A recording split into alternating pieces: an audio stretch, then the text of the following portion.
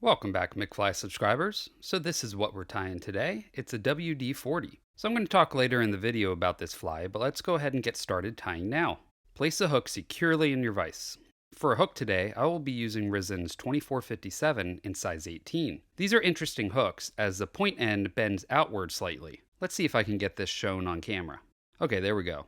So what this does is increases your odds of a positive hook set. I find that I get the corner of the mouth more often with these offset hook points. Okay, also we will need some thread, and today I'm using Vivis 10-aught in brown. Start your thread behind the hook eye and snip or snap off the waist. Then bring your thread halfway down the hook shank, about to the hook point mark. Now we need some mallard flank, and this one is dyed in the wood duck color. By the way, the originals were tied with actual wood duck feathers, hence the WD in WD40. But wood duck feathers are very expensive, so they also dye the mallard flanks in the wood duck color, which works just fine for this fly. Strip off the fuzzy and unusable fibers at the base of the feather, then select about half a dozen or so fibers and stroke them outward so the tips align. Pinch the tips of the fibers tightly and rip them off the feather stem. Okay, we will want to tie this in so the tail is about a half a hook shank to a full hook shank length. This is up to you. You can adjust the length of the tail after 1 or 2 wraps by pulling the feathers whichever direction you need them to go. Okay, tie these back down into the bend of the hook, as far as you can go. This is a flat thread I'm using, so I'm spinning the bobbin counterclockwise to uncord the thread. This will give a smoother and thinner body to this fly. Now I am tying back up the fly until I reach about an eye length back from the hook eye. You can see that this formed a nice even taper to this fly, which comes from the naturally tapered feather fibers. Once you reach up near the hook eye, then pull the butt ends of the feather fibers rearward and tie back up on top of them. Tie this back to about the hook point mark, and this will be the wing case, so check how large it is, and make adjustments if you need. Now we need some dubbing for the abdomen of this fly. This UV2 fine and dry will work great, and today I'm using what they call the rust color. Pull out a decent amount of dubbing here. I would say that you want more than you would think as this dubbing condenses down. Another popular color to tie these in is Adam's Gray. Dub a tight yet fairly thick noodle onto your thread. Then proceed to create a little ball like abdomen on this fly. Add more dubbing if you need, and really work on creating a nice shaped abdomen as well. End with your thread right behind the hook eye. Then pull the feather fibers rearward, and you want to make sure that you're not crossing each other or creating any weird looking spaces. Tie this in when you're happy with the positioning with 1 wrap right behind the hook eye. Then make 2 wraps until you reach the ball-like abdomen.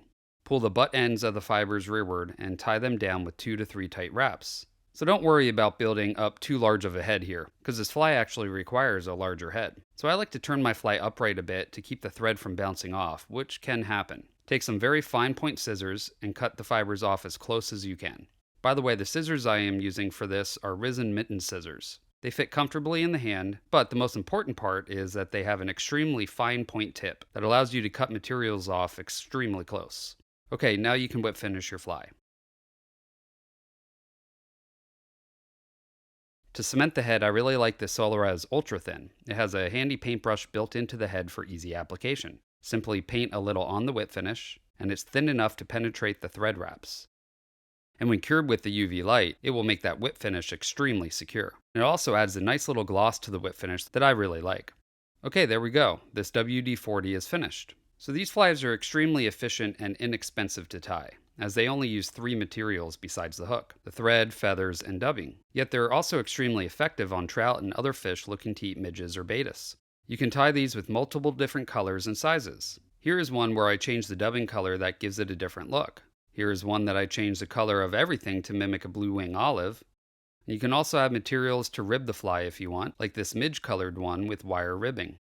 WD-40s are definitely a staple in my fly boxes when I go out fishing for trout. I always make sure I've got a few different colors and sizes in my Midge Baetis box. And as you guys know, I've been tying a bunch of midge flies this month because I need to finish filling up this midge box. And I'm close to being done. If you remember, last week I tied the RS2, another staple for me when I fish midges. And next week I will be tying the bling midge, which is an extremely easy yet very effective midge pattern. Make sure that you guys are subscribed and hit that bell notification so you don't miss any future videos. By the way, I do sell these fly boxes on Amazon with free shipping.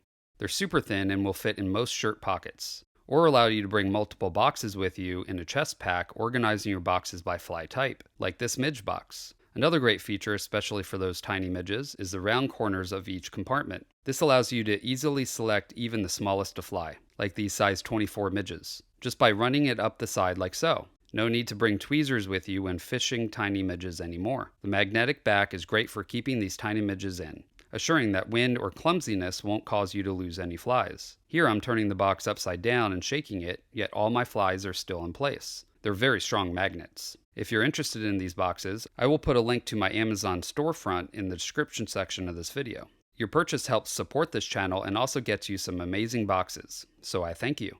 Also, don't forget to check out my sponsor, Resin Fly. They made the hooks I use today, but they also make some of the best fly rods and reels for the money I have ever used. Best off, they're offering you all a discount. So if you're in the market for a new rod or a bunch of hooks or beads, go to www.risenfly.com and type in McFly at checkout, and they'll give you 15% off of your first order with them. Okay, thanks for watching, everyone. If you guys like this video, please do me a favor and hit that like button. I will see you on the next video. Now you go catch some fish.